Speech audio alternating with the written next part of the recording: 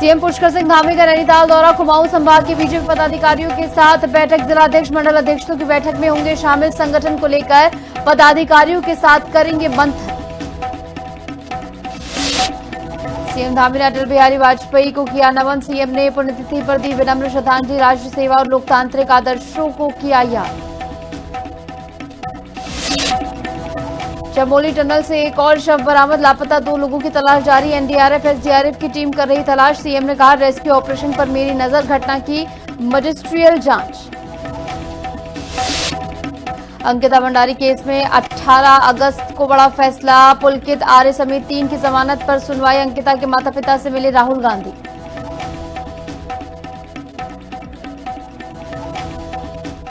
नमस्कार, मैं हूं आपके साथ निशु शर्मा और आप देख रहे हैं हिंदी खबर बुलेटिन की शुरुआत कर रहे हैं बड़ी खबर के साथ। सीएम धामी का नैनीताल दौरा रहने वाला है। कुमाऊं संभाग के बीजेपी पदाधिकारियों के साथ बैठक करेंगे। जिला अध्यक्ष मंडल अध्यक्षों की बैठक में शामिल होंगे। संगठन को लेकर पदाधिकारियों के साथ मंथन भी करेंगे। कुमाऊं के जिलाध्यक्ष और मंडल अध्यक्षों से संवाद भी करने वाले हैं। ये बड़ी खबर आपको बता रही है। जिलाध्यक्ष और मंडल अध्यक्षों से संवाद कर कई महत्वपूर्ण स्तर पर जो है जानकारी लेंगे और इसी के साथ मंथन भी कई सारे स्तर पर होना है। ये बड़ी खबर आपको बता रहे हैं, जहां पदाधिकारियों के साथ मिलकर जिलाध्यक्ष मंडल अध्यक्षों की बैठक में शामिल होंगे और इसी के साथ साथ कई महत्वपूर्ण दिशा निर्देश भी सीएम पुष्कर सिंह धामी की ओर से अधिकारियों को दिए जा सकते हैं।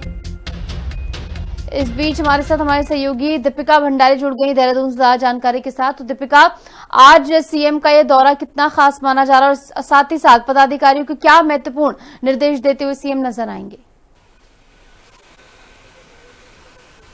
जी बिल्कुल, देखिए आज मुख्यमंत्री पुष्कर सिंह धामी का कुमाऊं दौरा है और ये कुमाऊं दौरा महत्वपूर्ण रहने वाला है संगठनात्मक तौर से भी और जो तमाम योजनाएं विकास कार्य चल रहे हैं उसके लिहाज से भी।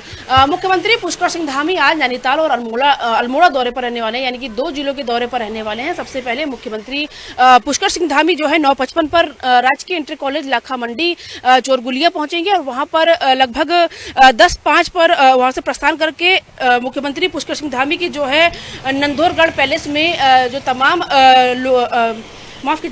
जो लोकसभा अल्मोड़ा के तमाम सांसद और विधायक हैं उनके साथ उनकी बैठक होने वाली है। 1.5 घंटा ये बैठक चलेगी। 3 से 4:30 बजे तक ये बैठक चलेगी। इसमें तमाम अल्मोड़ा लोकसभा क्षेत्र के जो विधायक हैं और जो सांसद हैं उनके साथ मुख्यमंत्री बैठक करेंगे और ये बैठक भाजपा संगठन के लिहाज से महत्वपूर्ण रहने वाली है। तमाम जिलाध्यक्ष उनकी भी बैठक होने वाली है आज, और जितने भी भाजपा के पदाधिकारी हैं दोनों जिलों के, उनकी आज महत्वपूर्ण बैठक होने वाली है, जिसमें चुनाव को देखते हुए तमाम जो रणनीतियां हैं, जो योजना है वो तैयार होगी। किस तरीके से घर घर जाकर सरकार की उपलब्धियां गिनानी है और अपने वोट बैंक को पिछले विधानसभा चुनाव से ज्यादा बढ़ाना है और किस तरीके से लोगों को जो सरकार की उपलब्धियां हैं, जो योजनाएं हैं, उसका एक एक लाभ जो है पहुंचाना है। इसको लेकर के आज तमाम जो जिलाध्यक्ष हैं, पदाधिकारी हैं, उनके साथ बैठक होगी। 3 से 4:30 बजे तक अल्मोड़ा लोकसभा क्षेत्र के सांसद और विधायकों के साथ बैठक होगी और उसके बाद 4:30 बजे से लेकर 6 बजे तक जो नैनीताल लोकसभा क्षेत्र के जो सांसद हैं अजय भट्ट, उसके साथ ही तमाम जो विधायक हैं, जिलाध्यक्ष हैं, पदाधिकारी हैं, उनके साथ भी महत्वपूर्ण बैठक होगी।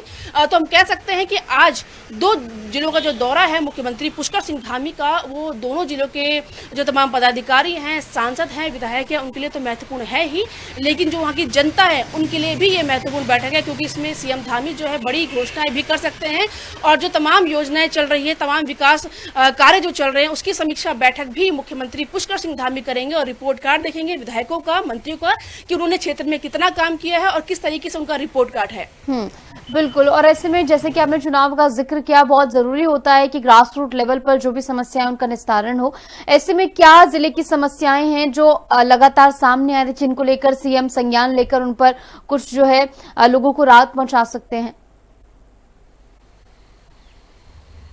जी बिल्कुल, देखिए मानसून सीजन में सबसे ज़्यादा जो किल्लत होती है, सबसे ज़्यादा दिक्कत जो होती है वो दुर्गम क्षेत्र यानी कि पहाड़ी क्षेत्रों में ही होती है। और नैनीताल जिस तरीके से वहाँ पर्यटक लगातार उनकी संख्या बढ़ रही है, तो कहीं ना कहीं किस तरीके से नैनीताल का विकास हो, वहाँ का पर्यटन को बढ़ावा मिले, वहाँ पे जो तमाम चीज़ें हैं जिसको दीदार करने के लिए लोग आते हैं, उसमें किस तरीके से विकास हो, इस पर वो चर्चा करने वाले हैं। और इसी के साथ लगातार भूस्खलन, लैंडस्लाइड की घटनाएं, अल्मोड़ा की बात करें, नैनीताल की बात करें, अन्य पहाड़ी जिलों की बात करें, तो मानसून में लगातार हम देख रहे हैं तमाम समस्याएं, सड़कों की हो या रास्तों की बात करें हम, जो कच्चे रास्ते गांव की ओर जाते हैं वहां हम देख रहे हैं गाड़ गदेरे आ रखे हैं, लोग अपनी जान जोखिम में डालकर नदियों को पार कर रहे हैं, बच्चे नदियों को पार करके स्कूल जा रहे हैं।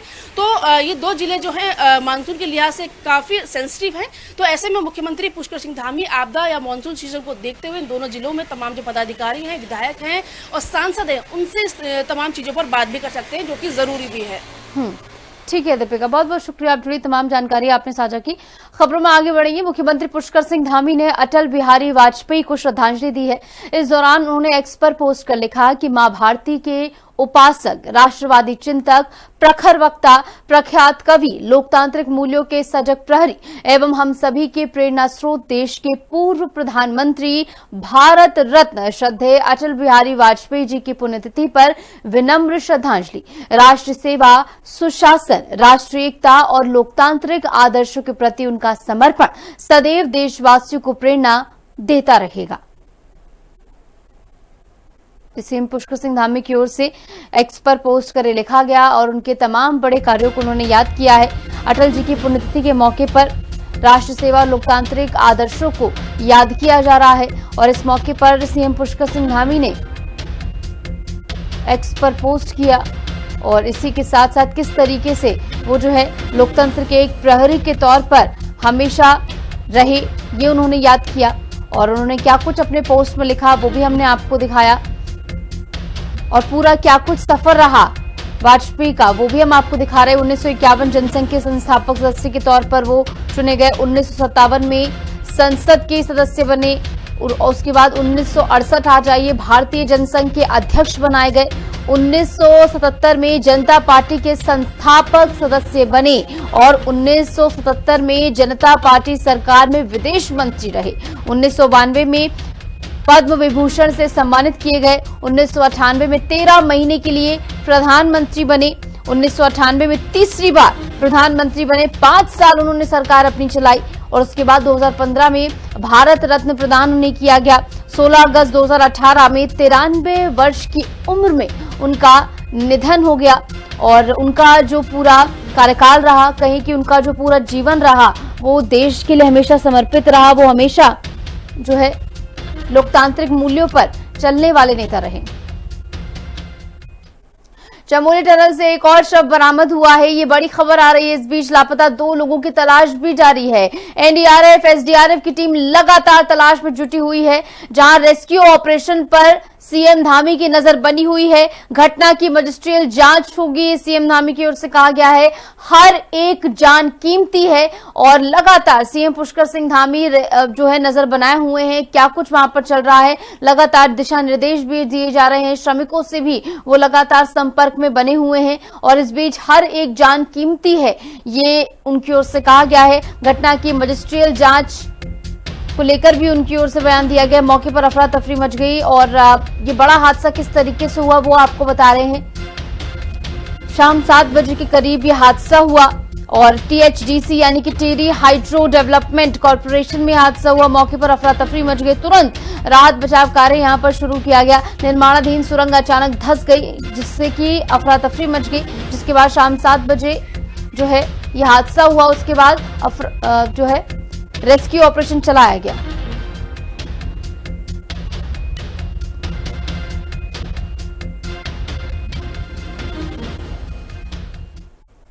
चमोली में हुए टनल हादसे के सीएम पुष्कर सिंह धामी ने मजिस्ट्रियल जांच के आदेश दिए हैं। वहीं हादसे की जांच को लेकर कांग्रेस प्रदेश अध्यक्ष गणेश गोदियाल ने सवाल खड़े किए हैं। पीसीसी अध्यक्ष ने जांच को औपचारिकता बताते हुए कहा कि सीएम धामी पहले ये बताएं कि साल 2023 में नमामि गंगे परियोजना के एसटीपी प्लांट में हादसे की जांच का क्या हुआ। देखिए रिपोर्ट। चमोली हादसे की मजिस्ट्रियल जांच के आदेश, सरकारी औपचारिकता, गोदियाल का आक्षेप। 2023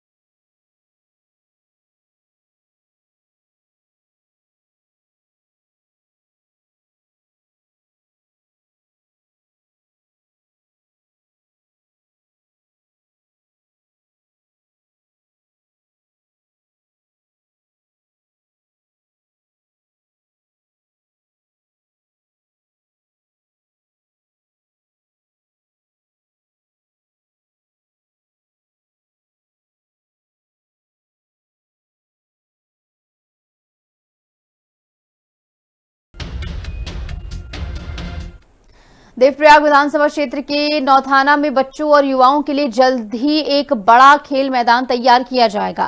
खेल मैदान के निर्माण के लिए बजट स्वीकृत हो चुका है। अब संबंधित विभाग स्थानीय जनता को विश्वास में लेकर जल्द निर्माण कार्य शुरू कराने की तैयारी में है। जिलाधिकारी ने खेल मैदान के निर्माण को लेकर उप जिलाधिकारी कीर्तिनगर और लोक निर्माण विभाग के अधिशासी अभियंता को आश्वासन देते हुए आवश्यक निर्देश जारी किए हैं।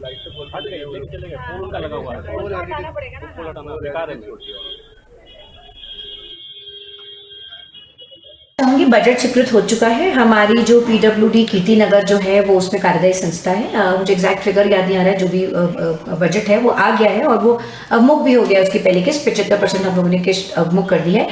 यहाँ पे इनफैक्ट नैथाना के भी कुछ लोग मेरे पास आए भी थे, जिन्होंने काफी सारे जो लोग थे उन्होंने अपना एक साइंड हमारे प्रतिवेदन भी दिया था कि उनका कहना था कि एक स्टेक होल्डर मीटिंग जरूर हो कि किस प्रकार का खेल मैदान बन रहा है, वो इसमें अपना व्यू देना चाहेंगे। तो हमने एक्सीएम को और एसडीएम कीर्तिनगर को भी इस बात की इंस्ट्रक्शंस दिए हैं कि जो भी खेल मैदान का जो डीपीआर बनाई गई है और जो भी कार्यदायी संस्था करने जा रही है वो सभी को बता दे और विधिवत सभी का स्टेक होल्डर कंसल्टेशन को लेकर बताए। और आप जो कह रहे हैं, मुझे लगता है ये अच्छी चीज, एक अच्छा स्टेप हुआ है, क्योंकि ये लगभग ऑलमोस्ट मुझे लगता है 2 साल से मैटर पेंडिंग था और रेलवे ने फाइनली काफी हम लोग की मल्टीपल बैठकों के बाद रेलवे ने वो बजट हम लोग को दे दिया। देहरादून के बसंत विहार इलाके में दिन दहाड़े बुजुर्ग महिला से चेन स्नैचिंग की वारदात सामने आई। घटना का सीसीटीवी फुटेज सामने आया, जिसमें बदमाश महिला की गले से चेन झपटकर फरार होता नजर आ रहा है। बताया जा रहा है कि चेन झपटने के दौरान बदमाश के जोर से खींचने पर बुजुर्ग महिला सड़क पर गिर गई। गिरने से महिला को चोट लगी और वह कुछ देर तक सड़क पर ही पड़ी रही। हैरानी की बात यह है कि बसंत विहार क्षेत्र में 24 घंटे के भीतर चेन स्नैचिंग की दूसरी वारदात बताई जा रही है।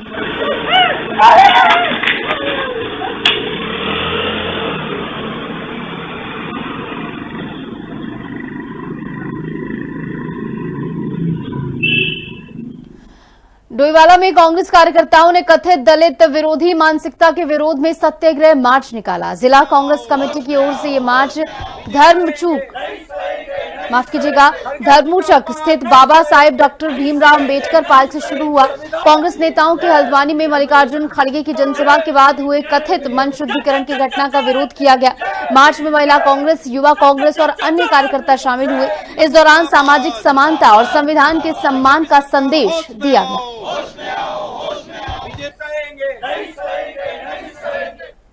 इस 8 अगस्त को कांग्रेस के राष्ट्रीय अध्यक्ष मल्लिकार्जुन खड़गे जी का कार्यक्रम हल्द्वानी में हुआ था, जहां पूरे प्रदेश से कांग्रेस कार्यकर्ता पहुंचे थे। और उस कार्यक्रम के समापन के बाद भाजपा आरएसएस के लोग रामलीला मैदान के उस मंच पे पहुंचे और वहां का शुद्धि बुद्धि किया। उन लोगों का कहना था कि यहाँ एक विशेष समाज से एक व्यक्ति आया है इस मंच पे, इसलिए हमने ये काम किया है। तो आप देखिए कि आज देश में ये स्थिति है कि संविधान को तार-तार किया जा रहा है, संविधान की मूल भावना के साथ खिलवाड़ किया जा रहा है। और आज पूरे देश में सिर्फ कांग्रेस संगठन के ही लोग नहीं, पूरे जनता पे, पूरे देश की जो जन है उसमें एक रोष है। आज पूरे देश में कांग्रेस कार्यकर्ता आम जन के साथ सड़कों पर निकला है और सत्याग्रह यात्रा हम लोगों ने निकाली है। आज सब लोग धर्मचक के अंबेडकर जी की मूर्ति से हमने एक आज पदयात्रा निकाली और वो इसलिए निकाली कि हमारे यहाँ दलित भाई बहुत ज्यादा संख्या में। आज हम लोगों ने उन लोगों को बताया और जिस प्रकार से उनकी संख्या आई और जिस प्रकार से रोष है, एक मंच जहाँ पर रामलीला होती थी और वहां पर हमारे राष्ट्रीय अध्यक्ष, हमारे नेता प्रतिपक्ष, हमारे जो प्रभारी है और जो पूर्व सांसद है प्रदीप खंडवाई, ये सब लोग दलित समुदाय से आते हैं। और आज इन्होंने जब रैली खत्म होने के पश्चात जिस प्रकार वो लोग आए और उन्होंने कहा कि इन्होंने अपवित्र क्या है, अरे किसने अपवित्र क्या, यानी हमारे जो नेता दलित है उन्होंने अपवित्र क्या। आज आपको पता है जिस रामलीला मंचन की बात वो कर रहे थे, उस रामलीला को बनाने वाले वाल्मीकि जी थे, वो खुद दलित थे। टिहरी का प्रतापनगर क्षेत्र आज भी कई मूलभूत सुविधाओं की कमी से जूझ रहा है। स्थानीय लोगों का कहना है कि स्वास्थ्य, शिक्षा, पेयजल और सड़क जैसी समस्याएं अब भी बनी हुई हैं। सामाजिक कार्यकर्ता प्रिंसी रावत ने क्षेत्र की समस्याओं को उठाते हुए सरकार और प्रशासन से समाधान की मांग की है। उनका कहना है कि टिहरी बांध बनने के बाद अलग थलग पड़े इस क्षेत्र के विकास पर विशेष ध्यान देने की जरूरत है।